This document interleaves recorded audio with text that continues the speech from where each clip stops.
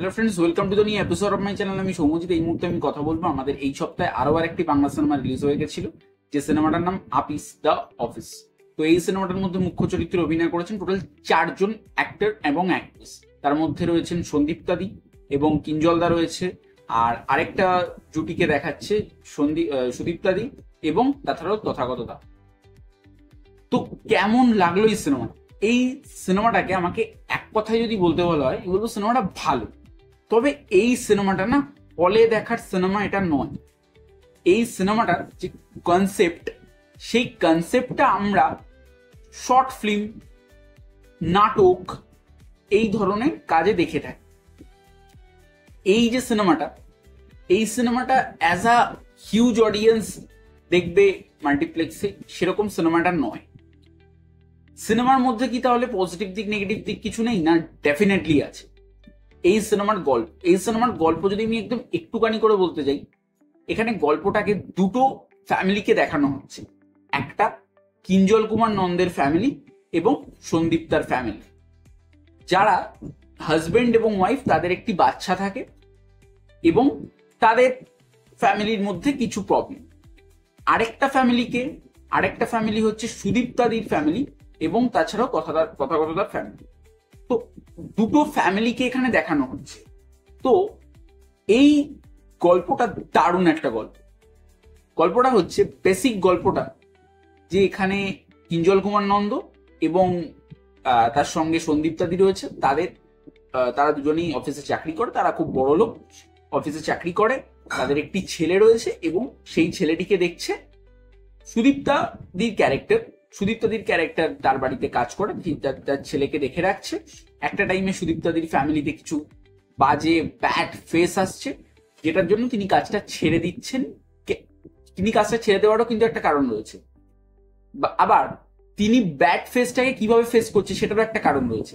এবং তথাগতদার সঙ্গে তার কিছু ঝামেলা, যেটা তাকে আবার কি জিনিস ফেস করাচ্ছে। তো অনেকগুলো অ্যাঙ্গেল রয়েছে। তো তোমরা প্রত্যেকে দেখতে পারো, কিন্তু একবার হলে ছবিটা দেখতে পারো। যারা সিনে লাভার তারা দেখতে পারো, বা যারা এরকম ধরনের কনসেপ্ট পছন্দ করো তারা দেখতে পারো। সিনেমাটার প্রথম পজিটিভ দিক, এখানে 4জন ব্যাপক অ্যাক্টিং করেছে। আমি পার্সোনালি তথাদাকে চিনি না, বা আমি পার্সোনালি বলতে আমি সিনেমাতেও আগে আমি তথাদাকে দেখিনি, তার আমি কাজ দেখিনি। তবে তথাদার এটা দারুণ কাজ করেছে। এবং তাছাড়াও এখানে বাকি 3জনের কথা বলারই দরকার নেই। কিঞ্জল কুমার নন্দ, সন্দীপ্তাদি এবং তাছাড়াও সুদীপ্তাদি। তো 3জনে ব্যাপক পারফর্মার, 3জনে ব্যাপক কাজ করেছে। ছবির পরিচালক অভিজিৎ গুহ এবং সুদেষ্ণা রায়। এই পরিচালকের উপর আমার ফুল ভরসা রয়েছে যে এরা কাজ করলে এরা ভালো কাজ করবে। কিন্তু এই ছবিটা হলে দেখার ছবি না। আমি কেন বলছি ওটা আমি পরে আসছি। এবার এই ছবিটাতে যেরকম ভাবে কিছু প্লট জোড়া হয়েছে সেটা অসাধারণ হয়।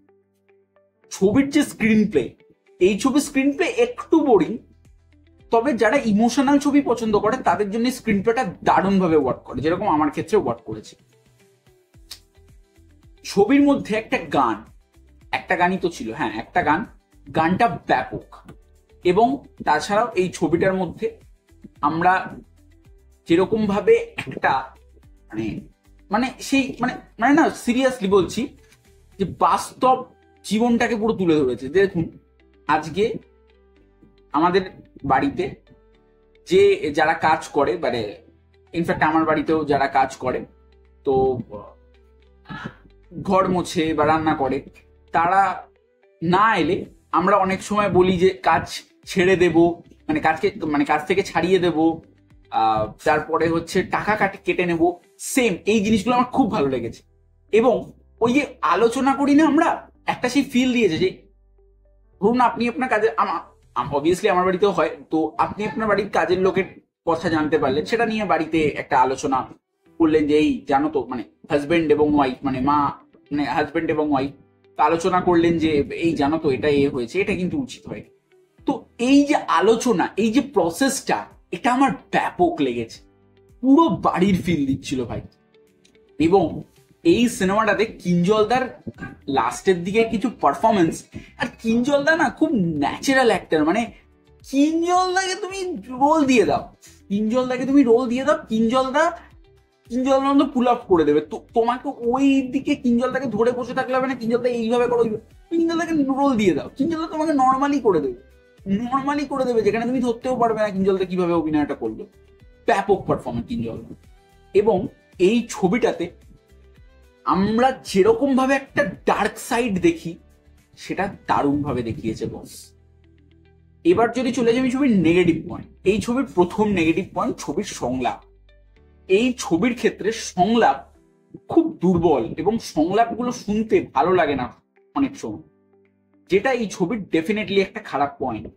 এবং এই ছবিটাতে স্ক্রিন প্লে ভালো আমি বললাম, কিছু জায়গায় আমারও কিন্তু বোরিং লেগেছে। আমি প্রচন্ড বোরিং সিনেমা হলে হাসি মুখে দেখেনি, আমার কিছু জায়গায় এখানে বোরিং লেগেছে।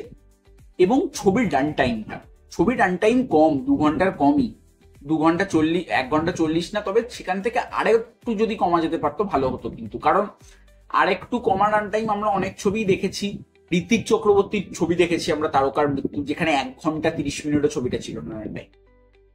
ক্রেজি দেখলাম কিছুদিন আগে, সোহম সারে, দারুণ সিনেমা ক্রেজি। তো ক্রেজি রান টাইম 1 ঘন্টা 22 না 1 ঘন্টা 23, যাই হোক।